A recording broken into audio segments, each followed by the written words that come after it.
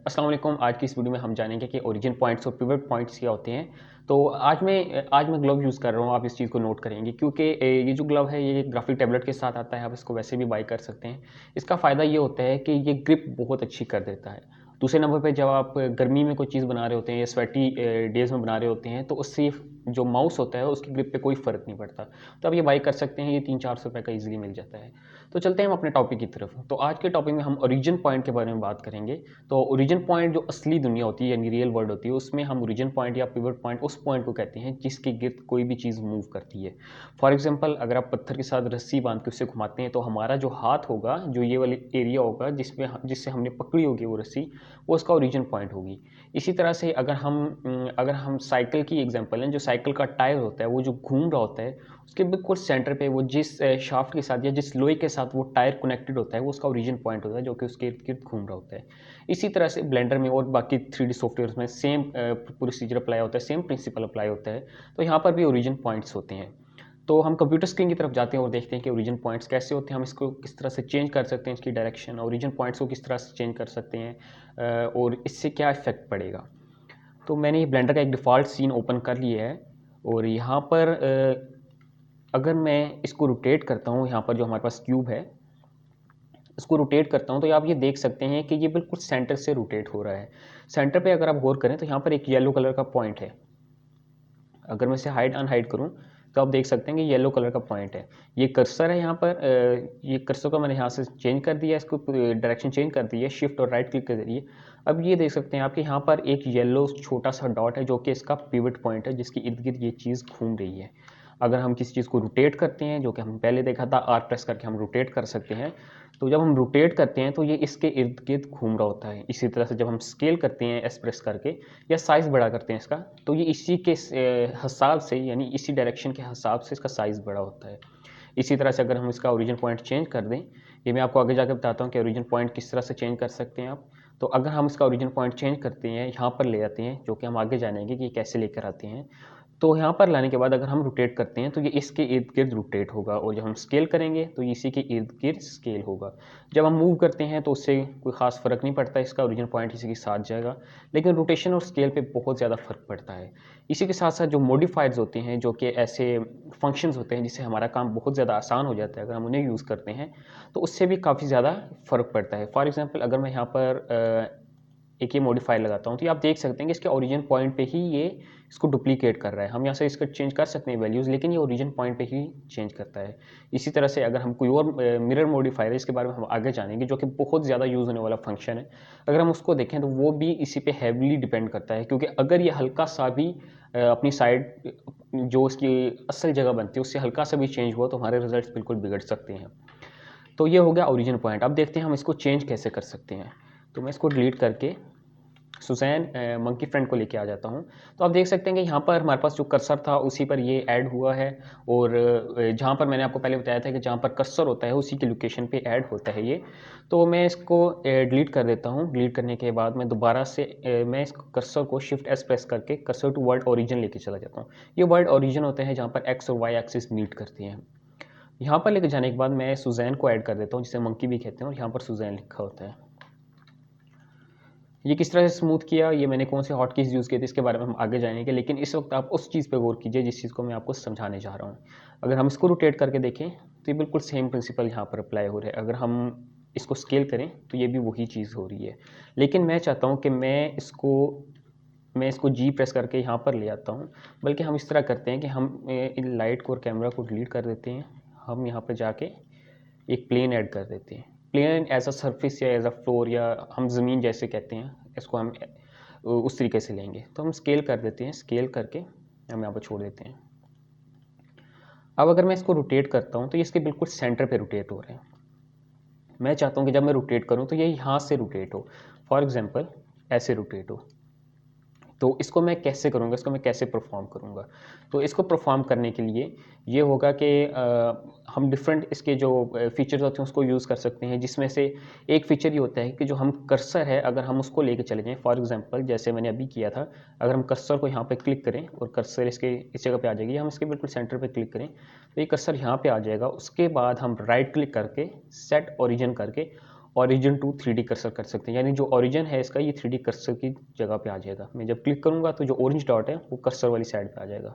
ये पहले यहाँ पे था, अब ये यहाँ पर आ चुका है। इसी तरह से हम इसके ओरिजिन को चेंज कर सकते हैं। ये एक पहला प्रोसीजर है। दूसरा ये है कि हम कर्सर को ऐसी जगह पर लेके आ जाएं, उसको बिल्कुल ऐसे डेड सेंटर पे या एग्जैक्ट पॉइंट पे लेकर आ जाएं जहाँ पर हम ओरिजिन पॉइंट लेके आना चाहते हैं। इसका ये तरीका है, इसको ये कि हम एडिट मोड में जाएंगे, और एडिट मोड क्या होता है इसको हम आगे जाके डिस्कस करेंगे, तो इसलिए मैं इसको स्किप कर देता हूँ, इसको आगे जाके आपको समझा दूंगा। लेकिन इसके अलावा और वेज कौन से होते हैं मैं उसके बारे में आगे जाता हूँ। इसका और जो वे होता है इसका ओरिजिन पॉइंट चेंज करने का, वो ये होता है कि जब हम ऑप्शंस में जाएं, यहाँ पर जाने के बाद ओरिजिन्स पे क्लिक कर दें। ये देखिए ओरिजिन पे क्लिक किया तो यहाँ पर हमें एरोस शो हो गए हैं। तो जब हम इन एरोस को देखते हैं, मैं इसको डिलीट कर इसको मैं डिलीट कर देता हूँ फिर वक्त के लिए। तो मैं इस पर क्लिक करता हूँ। यहाँ पर अगर हम इसके ये देखिए एरोस को देखते हैं तो ये इसके ओरिजिन के एरोस हैं। इससे हम ओरिजिन को चेंज कर सकते हैं। फॉर एग्जांपल मैं जी प्रेस करता हूँ, अब मेरा ऑब्जेक्ट मूव नहीं होगा बल्कि ओरिजिन मूव होगा। अगर मैं वापस जाना चाहूँ और ऑब्जेक्ट मूव करना चाहूँ तो मैं ओरिजिन को ऑफ करूँगा। ऑफ करने के बाद मैं जी प्रेस करके इसको लेके जा सकता हूँ। तो एक तो ये तरीका है, हम यहाँ से ओरिजिन पे जाएँ, ओरिजिन पे जाने के बाद हम इस ओरिजिन को फॉर एग्जांपल यहाँ पर ले आते हैं। अब ये इसके इर्द गिर्द घूमेगा, मैं यहाँ से जाके इसको ऑफ कर देता हूँ। करने के बाद अगर मैं रोटेट करूँ तो ये इसके इर्द गिर्द रोटेट होगा। हम इस तरह भी ओरिजिन पॉइंट को मूव कर सकते हैं। इसके अलावा एक जो बहुत ही कूल चीज़ है, जो कि काफ़ी अच्छी चीज़ है, उसको हम डिस्कस कर लेते हैं, वो है स्नैपिंग। स्नैपिंग का मतलब ये होता है कि कोई भी चीज़ किसी चीज़ के साथ जुड़ जाए या किसी पॉइंट के साथ जुड़ जाए जिसके साथ हम चाहते हों। तो अगर हम यहाँ पर देखते हैं, मैं चाह रहा हूँ कि ये जो ओरिजिन पॉइंट है ये इसके साथ बिल्कुल जुड़ जाए, लेकिन मैं ये कर्सर वाला ऑप्शन नहीं यूज़ करना चाह रहा कि मैं राइट क्लिक करके इस पर क्लिक करूँ और क्लिक करने के बाद मैं राइट क्लिक करके सेट ओरिजिन और ओरिजिन टू 3D कर्सर करूँ। मैं इसको यूज़ नहीं करना चाह रहा किसी भी रीज़न से, क्योंकि ऐसे बहुत सारी हमें मुश्किल का सामना करना पड़ सकता है जहाँ पर ये वाला ऑप्शन काम नहीं करता। तो इसलिए हम स्नैपिंग यूज़ करेंगे, या अगर हम इसको कहें एज अ मैग्नेटिक टूल, वो हम यूज़ करेंगे। तो यहाँ अगर आप टॉप पे देखें, मैं इसको ओरिजिन पे लेके चला जाता हूँ। अगर हम यहाँ टॉप पे देखें तो यहाँ पर हमारे पास मैग्नेट का ऑप्शन है, ये स्नैप का ऑप्शन है, जिससे ये होता है कि कोई भी चीज़ जो है वो उसके जो सामने वाली चीज़ होती है या बैक पे जो चीज़ होती है उसके साथ स्नैप हो जाती है, उसके साथ जुड़ जाती है। जो चीज़ सामने होगी पहले उसके साथ जुड़ेगी, अगर हम उसको डिलीट करेंगे जो उसके पीछे ऑब्जेक्ट होगा वो उसके साथ जुड़ेगा। इसी तरह से ये चलता रहता है। उसके बारे में हम नेक्स्ट वीडियो में जानेंगे कि ये किस तरह से काम करता है, जो कि डिटेल में हम बात करेंगे। तो अगर हम इस पर क्लिक करके अब हम इसको मूव करते हैं, तो ये देखिए, आप ये देख सकते हैं कि अगर मैं यहाँ पे आपको दिखाऊं तो ये बिल्कुल इसी के साथ मूव कर रहा है। अगर मैं यहाँ पर लेकर आ जाऊँ तो ये देखिए, ये इसके सेंटर में मूव करता जा रहा है। मैं यहाँ पर लाऊं तो ये इसके सेंटर में मूव कर रहा है। हम अगर चाहें कि इसके बिल्कुल इस सरफेस पे लेके आना चाहिए, ये जो इसके आउटर सरफेस है, या इसके बिल्कुल नाक पे लेके आना चाहिए, तो वो यहाँ से नहीं हो रहा। अगर मैं ऐसे करूँ तो ये देख सकते हैं ये नाक पे नहीं हुआ एग्जैक्ट, ये बिल्कुल इसके नाक के ये जो आउटर सरफेस है उसके पीछे हो गया है। तो उसके लिए हमारे पास काफ़ी सारे ऑप्शन होते हैं जिसको हम आगे जाके डिस्कस करेंगे। लेकिन मैं पहले आपको यहाँ बता देता हूँ जो हमने पहले डिस्कस किए थे, लाइक वर्टेक्स, एजेस और फेसेस। तो अगर हम फेसेस पे चले जाएँ तो फेसेस आउटर सरफेस पे जो भी कोई भी चीज़ हो 3D में, जैसे मैंने पहले बताया था, वो पॉइंट्स से मिलकर बनती है। जब पॉइंट्स मिल जाते हैं तो एजेस बनते हैं, जब एजेस मिल जाते हैं तो फेसेस बनते हैं। तो उसकी आउटर सरफेस सारी की सारी फेसेस से बनी हुई है। तो अगर मैं यहाँ पे जाता हूँ और यहाँ पे जाके मैं ग्रैब करके या जी करके ये यानी मूव जो होता है हमारे पास फंक्शन, उसको यूज़ करके मैं मूव करता हूँ तो इसके आउटर सरफेस के साथ स्नैप कर जाएगा। इसका ये तरीका है कि हमने इसलिए यूज़ किया है क्योंकि बाज़ औक़ात हम एडिट मोड पे नहीं जाना चाहते, इसको मैं आगे डिस्कस करूँगा। वो ये वाला जो मोड है इसमें जो वर्टिसेस आ जाती हैं, अगर हम इस पर नहीं जाना चाहते, अगर हम इस तरह से मूव करना चाहते हैं तो हम इस तरह से भी मूव कर सकते हैं। तो एक हमने ये देख लिया कि हम किस तरह से इसके ओरिजिन पॉइंट और क्या होते हैं, ओरिजिन पॉइंट का मकसद क्या होता है, इसको हम किस तरह से चेंज कर सकते हैं, डिफरेंट वेज देख लिए। बाकी जो वेज होंगे वो मैं आगे जाकर बताऊंगा, वरना बर्डन पड़ जाएगा। क्योंकि बहुत सारी चीज़ें मैंने पहले भी आपको बताई कि आप किस तरह से कर सकते थे, लाइक ये गिज़मो टूल था और हम कीबोर्ड के ज़रिए रोटेट कर सकते थे, यहाँ पे हम देख सकते थे। उसके बाद हम माउस के ज़रिए देख सकते हैं, उसके बाद हम कीबोर्ड के बटन्स के ज़रिए देख सकते हैं, ग्राफिक टैबलेट के ज़रिए देख सकते हैं। इस तरह की बहुत सारी चीज़ें आप एक ही चीज़ को आप काफ़ी तरह से परफॉर्म कर सकते हैं। तो मैं इसके जाके ओरिजिन को ऑफ कर देता हूँ। आगे जाके हम एक्सरसाइज भी करेंगे इसके बारे में कि ओरिजिन्स को हम क्यों और कैसे यूज़ कर सकते हैं। तो फिलहाल ये है कि इस वीडियो में हमने ये देखा कि ओरिजिन पॉइंट्स होते क्या हैं, ओरिजिन पॉइंट्स को किस तरह से हम मूव कर सकते हैं और इनका फंक्शन क्या होता है। और इसके अलावा हमने स्नैपिंग के बारे में जाना कि स्नैपिंग किस तरह से काम करती है। तो स्नैपिंग को मैं आपको थोड़ा सा और बता दूँ, तो अगर मैं शिफ्ट ए प्रेस करके यहाँ पर एक क्यूब ऐड करता हूँ, क्यूब ऐड करके मैं इस क्यूब को यहाँ पर लेके चला जाता हूँ। मैं टैब के ऊपर जो बटन होता है उस पर क्लिक करके फ्रंट पे चला जाऊँगा। अगर मैं यहाँ से जी प्रेस करके इसके कान की तरफ लेके आता हूँ,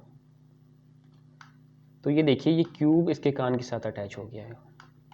ये क्यों अटैच हुआ है? ऑब्वियसली इसलिए अटैच हुआ है कि हमने इसके स्नैपिंग का फीचर यूज़ किया हुआ। अगर मैं इसको हटा देता हूँ, इसको मैं अगर आगे लेके आ जाता हूँ, लाने के बाद मैं यहाँ पर लेके आता हूँ, तो ये देखिए अब ये अटैच नहीं हो रहा। तो स्नैपिंग का फीचर इसलिए भी बहुत ज़्यादा कारआमद होता है। तो इस वीडियो में हम इतना ही जानेंगे, आगे जाकर हम इसके बारे में बहुत डिटेल से बात करेंगे। अभी आप थोड़ा-थोड़ा नॉलेज लेते हैं जाके आपके लिए मुश्किल ना हो कि ये काफ़ी सारा नॉलेज आ गया। जब काफ़ी ज़्यादा नॉलेज आ जाता है तो बंदे को समझ नहीं लगती। तो इसलिए से हम आस्ता-आस्ता बढ़ेंगे आगे। आपको ओरिजिन के बारे में पता चल गया है, इतना पता चल गया होगा कि ये होती क्या चीज़ है। अगर आपको समझ नहीं आई तो आप कमेंट कर सकते हैं, आप मुझे मैसेज कर सकते हैं या आप इस वीडियो को दोबारा देख सकते हैं। तो अब चलते हैं नेक्स्ट वीडियो की तरफ, देखते हैं कि आप नेक्स्ट वीडियो में क्या सीखते हैं।